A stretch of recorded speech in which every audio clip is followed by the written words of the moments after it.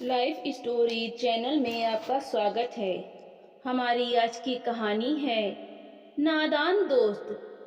प्रेमचंद का लिखा हुआ एक उपन्यास है। प्रेमचंद इंसानी फितरत के बेहतरीन कलाकार थे। उन्होंने अपनी कहानियों में देहाती माहौल और देहाती जिंदगी की झलक साफ दिखाई है। प्रेमचंद एक दर्दमंद दिल के मालिक थे। देहातों में घूमकर हिंदुस्तान की मजलूम, गरीब और तंग दस्त जिंदगी का माहौल उन्होंने अपनी कहानियों में साफ दिखाया है। प्रेमचंद ने उपन्यास में जो मुकाम हासिल किया है उसे कोई भी हासिल नहीं कर पाया है। प्रेमचंद का नाम तो आपने जरूर सुना होगा। मशहूर कहानीकार, उपन्यासकार और लेखक प्रेमचंद जी भारतीय साहित्य में विश्व के महान लेखकों में उनका नाम शुमार किया जाता है। तो आइए अब हम अपनी कहानी शुरू करते हैं। केशव के घर में कार्निस के ऊपर एक चिड़िया ने अंडे दिए थे। केशव और उसकी बहन श्यामा दोनों बड़े ध्यान से चिड़िया को वहां आते जाते देखा करते। सवेरे दोनों आंखें मिलते कार्निस के सामने पहुंच जाते और चिड़ा या चिड़िया दोनों को वहां बैठा पाते। उनको देखने में दोनों बच्चों को ना मालूम क्या मजा मिलता। दूध और जलेबी की सुध भी न रहती थी। दोनों के दिल में तरह तरह के सवाल उठते। अंडे कितने बड़े होंगे, किस रंग के होंगे, कितने होंगे, क्या खाते होंगे, उनमें बच्चे किस तरह निकल आएंगे, बच्चों के पर कैसे निकलेंगे, घोंसला कैसा है। लेकिन इन बातों का जवाब देने वाला कोई नहीं। ना अम्मा को घर के काम धंधों से फुर्सत थी, ना बाबूजी को पढ़ने लिखने से। दोनों बच्चे आपस में ही सवाल जवाब करके अपने दिल को तसल्ली दे लिया करते थे। श्यामा कहती, क्यों भैया, बच्चे निकलकर कुर्सी उड़ जाएंगे। केशव विद्वानों जैसे गर्व से कहता, नहीं रे पगली, पहले पर निकलेंगे, बगैर परों के बेचारे कैसे उड़ेंगे। श्यामा कहती, बच्चों को क्या खिलाएगी बेचारी। केशव इस पेचीदा सवाल का जवाब कुछ न दे सकता था। इस तरह 3-4 दिन गुजर गए। दोनों बच्चों की जिज्ञासा दिन ब दिन बढ़ती जा रही थी। अंडों को देखने के लिए वे अधीर उड़ते थे। उन्होंने अनुमान लगाया कि अब जरूर बच्चे निकल आए होंगे। बच्चों के चारे का सवाल अब उनके सामने आ खड़ा हुआ। चिड़िया बेचारी इतना दाना कहाँ पाएगी कि सारे बच्चों का पेट भरे। गरीब बच्चे भूख के मारे चू चू करके मर जाएंगे। इस मुसीबत का अंदाजा करके दोनों घबरा उठे। दोनों ने फैसला किया कि कार्निस पर थोड़ा सा दाना रख दिया जाए। श्यामा खुश होकर बोली, तब तो चिड़ियों को चारे के लिए कहीं उड़कर ना जाना पड़ेगा ना। केशव ने कहा, नहीं तब क्यों जाएंगी। श्यामा कहती है, क्यों भैया, बच्चों को धूप न लगती होगी। केशव का ध्यान इस तकलीफ की तरफ ना गया था। बोला, जरूर तकलीफ हो रही होगी, बेचारे प्यास के मारे तड़पते होंगे, ऊपर छाया भी तो नहीं। आखिर यही फैसला हुआ कि घोंसले के ऊपर कपड़े की छत बना देनी चाहिए। पानी की प्याली और थोड़े से चावल रख देने का प्रस्ताव भी स्वीकृत हो गया। दोनों बच्चे बड़े चाव से काम करने लगे। श्यामा माँ की आंख बचाकर मटके से चावल निकाल लाई। केशव ने पत्थर की प्याली का तेल चुपके से जमीन पर गिरा दिया और उसे खूब साफ करके उसमें पानी भरा। अब चांदनी के लिए कपड़ा कहाँ से आए, फिर ऊपर बगैर छड़ियों के कपड़ा ठहरेगा और कैसे छड़ियां खड़ी होंगी। केशव बड़ी देर तक इसी उधेड़ बुन में रहा। आखिरकार उसने यह मुश्किल भी हल कर दी। श्यामा से बोला, जाकर कूड़ा फेंकने वाली टोकरी उठा लाओ, अम्मा जी को मत दिखाना। श्यामा से बोला। श्यामा ने कहा, वो तो बीच से फटी हुई है, उसमें से धूप न जाएगी। केशव ने झुंझलाकर कहा, तो टोकरी तो ला, मैं उसका सुराख बंद करने की कोई हिकमत निकालूंगा। श्यामा दौड़कर टोकरी उठा लाई। केशव ने उसे उसके सुराख में थोड़ा सा कागज ठूंस दिया और तब टोकरी को एक टहनी से टिका कर बोला, देख, ऐसे ही घोंसले पर उसकी आड़ कर दूंगा, तब कैसे धूप जाएगी। श्यामा ने दिल में सोचा, भैया कितने चालाक हैं। गर्मी के दिन थे, बाबूजी दफ्तर गए हुए थे। अम्मा दोनों बच्चों को कमरे में सुलाकर खुद सो गई थी। लेकिन बच्चों की आंखों में आज नींद कहाँ।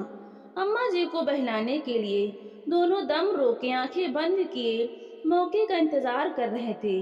ज्यों ही मालूम हुआ कि अम्मा जी अच्छी तरह से सो गईं, दोनों चुपके से उठे और बहुत धीरे से दरवाजे की सिटकनी खोलकर बाहर निकल आए। अंडों की हिफाजत की तैयारियां होने लगी। केशव कमरे से एक स्टूल उठा लाया, लेकिन जब उससे काम न चला तो नहाने की चौकी लाकर स्टूल के नीचे रखी और डरते डरते स्टूल पर चढ़ा। श्यामा दोनों हाथों स्टूल पकड़े हुए थी। स्टूल चारों टांगे बराबर न होने के कारण जिस तरफ ज्यादा दबाव पाता था जरा सा हिल जाता था। उस वक्त केशव को कितनी तकलीफ उठानी पड़ती थी यह उसी का दिल जानता था। दोनों हाथों से कार्निस पकड़ लेता और श्यामा को दबी आवाज से डरता, अच्छी तरह पकड़ वरना उतरकर बहुत मारूंगा। मगर बेचारी श्यामा का दिल तो ऊपर कॉर्निस पर था। बार बार उसका ध्यान उधर चला जाता और हाथ ढीले पड़ जाते। केशव ने ज्यों ही कॉर्निस पर हाथ रखा, दोनों चिड़ियां उड़ गईं। केशव ने देखा कॉर्निस पर थोड़े तिनके बिछे हुए हैं और उस पर 3 अंडे पड़े हैं। जैसे घोंसले उसने पेड़ों पर देखे थे वैसा कोई घोंसला नहीं है। श्यामा ने नीचे से पूछा, क्या बच्चे हैं भैया? केशव, 3 अंडे हैं, अभी बच्चे नहीं निकले। श्यामा कहती है, जरा हमें दिखा दो भैया कितने बड़े हैं। केशव ने कहा, दिखा दूंगा, पहले जरा चिथड़े ले आ, नीचे बिछा दूं, बेचारे अंडे तिनकों पर पड़े हैं। श्यामा दौड़कर अपनी पुरानी धोती फाड़ कर एक टुकड़ा ले आई। केशव ने झुककर कपड़ा ले लिया। उसके कई तह करके उसने एक गद्दी बनाई और उसे तिनकों पर बिछाकर तीनों अंडे धीरे से उस पर रख दिए। श्यामा ने फिर कहा, हमको भी दिखा दो भैया। केशव कहता है, दिखा दूंगा, पहले जरा वो टोकरी दे दो, ऊपर छाया कर दूं। श्यामा ने टोकरी नीचे से थमा दी और बोली, अब तुम उतार आओ, मैं भी तो देखूं। केशव ने टोकरी को एक टहनी से टिका कर कहा, जा दाना और पानी की प्याली ले आ, मैं उतर आऊं तो तुझे दिखा दूंगा। श्यामा प्याली और चावल भी लाई। केशव ने टोकरी के नीचे दोनों चीजें रख दी और आहिस्ता से उतर आया। श्यामा ने गिड़गिड़ा कर कहा, अब हमको भी चढ़ा दो भैया। केशव, तू गिर पड़ेगी। श्यामा, ना गिरूंगी भैया, तुम नीचे से पकड़े रहना। केशव, ना भैया, कहीं तू गिरा पड़े तो अम्मा जी मेरी चटनी ही कर डालेंगी, कहें कि तूने ही चढ़ाया था। क्या करेगी देखकर, अब अंडे बड़े आराम से हैं, जब बच्चे निकलेंगे तो उनको पालेंगे। दोनों चिड़ियां बार बार कॉर्निस पर आती थीं और बगैर बैठे ही उड़ जाती थीं। केशव ने सोचा, हम लोगों के डर से नहीं बैठती। स्टूल उठाकर कमरे में रखाया, चौकी जहां थी वहां रख दी। श्यामा ने आंखों में आंसू भरकर कहा, तुमने हमें नहीं दिखाया, मैं अम्मा जी से कह दूंगी। अम्मा जी से कहेगी तो बहुत मारूंगा, कह देता हूँ। केशव ने कहा, तो तुमने मुझे दिखाया क्यों नहीं? श्यामा ने कहा, और गिर पड़ती तो 4 सर ना हो जाते? हो जाते तो हो जाते, देख लेना, मैं कह दूंगी। इतने में कोठरी का दरवाजा खुला और माँ ने धूप से आंखों को बचाते हुए कहा, तुम दोनों बाहर कब निकल आए? मैंने कहा था कि दोपहर को ना निकलना। किसने किवाड़ खोला? किवाड़ केशव ने खोला था, लेकिन श्यामा ने माँ से यह बात नहीं कही। उसे डर लगा कि भैया पिट जाएंगे। केशव दिल में कांप रहा था कि कहीं श्यामा कह न दे। अंडे ना दिखाए थे, इससे अब उनको श्यामा पर विश्वास न था। श्यामा सिर्फ मोहब्बत के मारे चुप थी। यह इस कसूर में हिस्सेदार होने की वजह से इसका फैसला नहीं किया जा सकता था। शायद दोनों ही बातें थीं। माँ ने दोनों को डांट डपट कर फिर कमरे में बंद कर दिया और आप धीरे धीरे उन्हें पंखा झलने लगी। अभी सिर्फ 2 बजे थे, बाहर तेज लू चल रही थी। अब दोनों बच्चों को नींद आ गई थी। 4 बजे एकाएक श्यामा की नींद खुली। किवाड़ खुले हुए थे। वह दौड़ी हुई कॉर्निस के पास आई और ऊपर की तरफ ताकने लगी। टोकरी का पता न था, संयोग से उसकी नजर नीचे गई और वो उल्टे पांव दौड़ती हुई कमरे में जाकर जोर से बोली, भैया, अंडे तो नीचे पड़े हैं, बच्चे उड़ गए। केशव घबराकर उठा और दौड़ा हुआ बाहर आया तो क्या देखता है कि तीनों अंडे नीचे टूटे पड़े हैं और उनसे कोई चूने की सी चीज बाहर निकल आई है। पानी की प्याली भी एक तरफ टूटी पड़ी है। उसके चेहरे का रंग उड़ गया।